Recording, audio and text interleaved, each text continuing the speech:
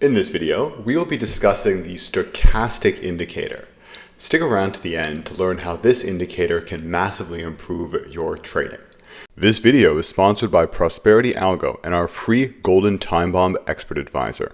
Do you want to make 100+% annual returns through automating the London breakout and the opening range breakout? Then click the link in the description. So I wanted to make a video on the stochastic indicator, as I find it's almost like the ugly stepchild of the family of indicators, and it's a very often overlooked oscillator. However, through my own algorithmic trading journey, I have found it to be one of the absolute best filters for mean reverting systems.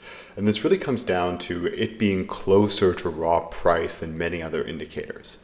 If you ever look at the equations that underlie the RSI or the stochastic RSI or a variety of other technical analysis indicators, they're often rather complex and they put a lot of different layers on top of the raw price data.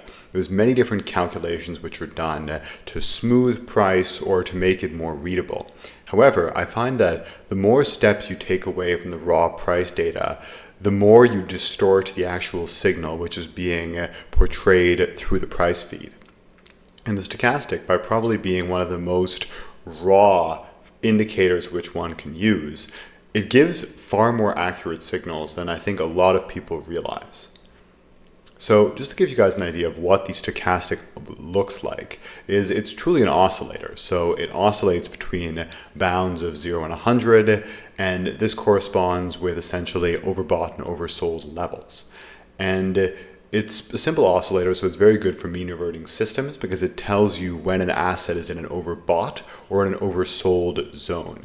Typically, the 80 mark is used as a threshold, as well as the 20 mark on the bottom side, to tell you when you're in either an overbought or an oversold region. And here you can see that it corresponds pretty perfectly with this chart, whereas it's essentially bottoming out when we're in the oversold region, and when we enter the overbought region up here, it's kind of corresponding perfectly with the peak. Obviously, this does not always happen. The vast majority of the time, this does not happen. But in these types of ranging conditions, the stochastic oscillator can be quite good at telling you when a reversal point might happen or when the probabilities of having a reversal are likely to be higher. But once again, it really comes down to it's not going to pinpoint the exact location, but it does increase the probabilities that there would be a reversal if the actual price action conditions are appropriate.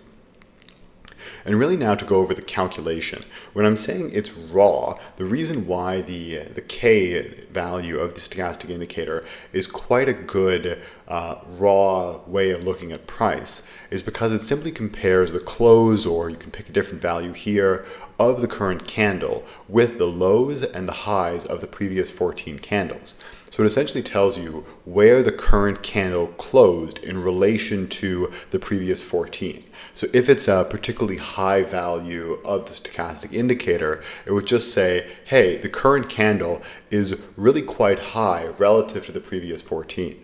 So it doesn't necessarily do a ton of distortions to it. It just tells you that you're currently in a high point of a certain run of candles. Or inversely, if the K value is low, it would tell you that you're at a low point of a current run of candles. So because of that, I find it's quite helpful because it doesn't do a ton of distortion. And here I wanted to show some applications of the stochastic indicator. And really it comes down to it's incredibly useful in mean reverting contexts. And I know that's not really a revelation. The vast majority of these more oscillator type indicators are super useful in mean reverting contexts, but maybe something a bit more unique to share is that I find it's much better as a filter than as a trigger. So a filter generally tells you when price action is appropriate to execute a certain type of trigger, whereas the trigger is what tells you how to actually enter a position. So to give an example of this, I wanted to show one of our systems here that I don't actually sell yet, I just use it on my personal account. It's the Golden Blackhawk. And Blackhawk is effectively a night scalper. So it trades in the hour prior and after the close of the market. So at around 4 to 5 p.m. and 6 to 7 p.m. Eastern Standard Time. And what you can see here is that it's trading these little mean reverting impulses during the night hours. I've zoomed out here to an H1 so that we're able to visualize it a bit better. But as you can see, with this perfect example here, it wasn't necessarily the stochastic which was triggering the actual trade. It was this rejection of a level, so essentially a candlestick pattern, which is what triggered the actual trade. But the stochastic here was used as a great indicator as a filter. And maybe just kind of to tip over here to the next slide, really the point I'm trying to make is that the stochastic indicator is a phenomenal filter, however, not really a great trigger. And the reason to kind of build on the last slide is if you use any sort of oscillator as a trigger, so the point to actually enter a trade, it gives you a lot of false signals because it can make two very different elements of price action look extremely similar. And to illustrate that point, I wanted to show you guys this stochastic oscillator here in relation to the price chart. And what you can see, for instance, is the signals here, when it goes into the overbought region, are very, very similar to the signals here, right? And clearly, as you can see, like price action here, when you're in a very robust and high volatility period versus a relatively slow and ranging period are completely different. So if you try to make the exact same trade here as you are doing here, that really wouldn't make any sense, and you're not going to have a very robust trading strategy. However, maybe you're looking for a candlestick pattern where you're looking for a large candle which is rejecting off of a level. You'd be able to enter here and you'd be able to enter here, but you wouldn't necessarily take a trade here because you're not having a price action based trigger. But what the stochastic would be telling you is that in either of these positions or any of these positions, you would be in more of a overbought region. So perhaps it's a more appropriate place to actually take the trade. Whereas if you were to take the same trigger, you could see the same trigger here of a large candle, because the stochastic is well, you're still in a fairly ranging period. You're not in an overbought or an oversold area, or pardon me, not ranging, more of a neutral period, then you wouldn't take the trade.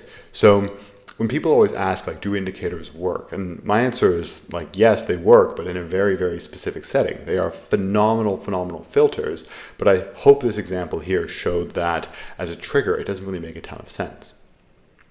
Let me just summarize here, is the stochastic indicator I find is really overlooked.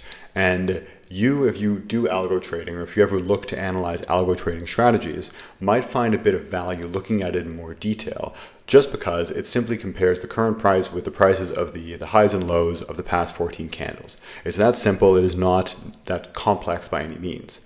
And you can use it as a filter to increase the probabilistic nature of your trades of being winners. What that means is that, let's say if you were to enter on every large candle rejection, you might have a 52% chance of being right. However, if you also add an additional filter of you are currently in an overbought or an oversold region, you might improve that win rate to 58% or 60%. And that little bit of additional edge can make your system that much better. So I hope this video explained the stochastic oscillator in detail, and please drop me a comment if you'd like to learn more.